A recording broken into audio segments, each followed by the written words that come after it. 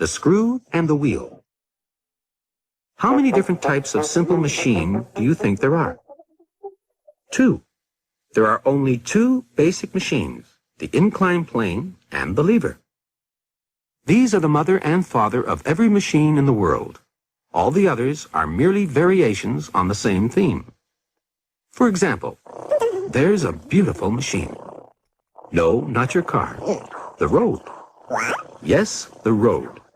A winding mountain road is a machine, too. Well, suppose the road didn't wind. Suppose it went straight up the side of the mountain.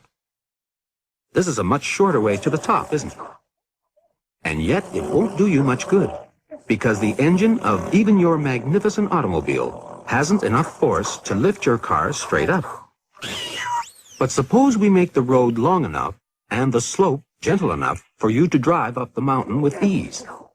What have we done now? Yes, we've made the road into an inclined plane, a simple machine. But that's an expensive way to go up a mountain. It requires an awfully long ramp. What if we wrap the inclined plane round the mountain instead? Now we're back where we started, with a winding mountain road, which is really an inclined plane in disguise. A twisted inclined plane, if you like. There are twisted inclined planes all over the place. This includes every device that has a spiraling, corkscrewing action, and which allows you to trade extra turning distance for reduced force, either to help you lift things or fasten things together.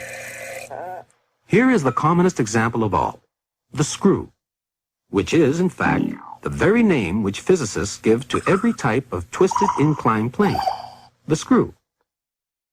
So that's one of the descendants of the inclined plane. Hang on a minute.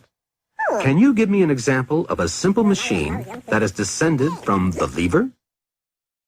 Well, you're holding one in your hand right now.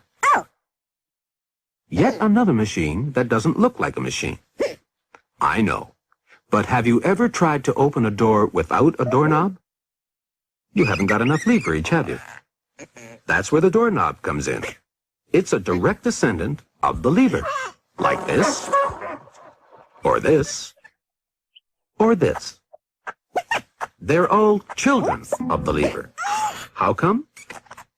Well, a long time ago, some very wise men were looking at a lever one day, when they suddenly thought how nice it would be if the extra force the lever gives you to move something from here to here, say 4 times the force, because one lever arm is 4 times the length of the other, they wondered if this extra force could be extended through 360 degrees.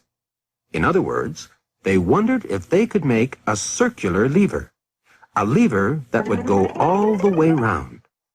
And while they were at it, they made up a new name, an axle. With its center where the point of the fulcrum used to be, and the short arm of the lever now running from this center to the outside of the axle, and the long arm running from the center of the axle in the opposite direction.